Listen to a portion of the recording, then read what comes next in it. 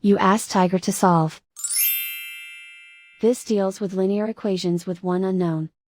The final result is x equals 9/16. Let's solve it step by step.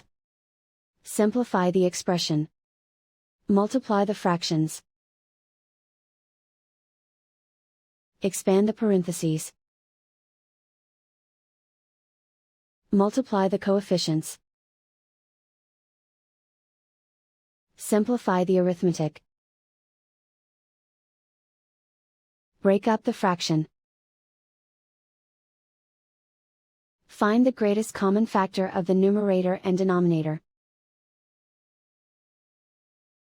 Factor out and cancel the greatest common factor.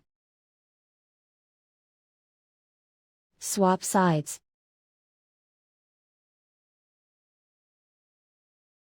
Group all constants on the right side of the equation. Subtract 8 from both sides. Simplify the arithmetic.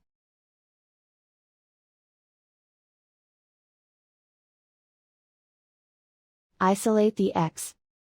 Multiply both sides by inverse fraction 3/16. Group like terms.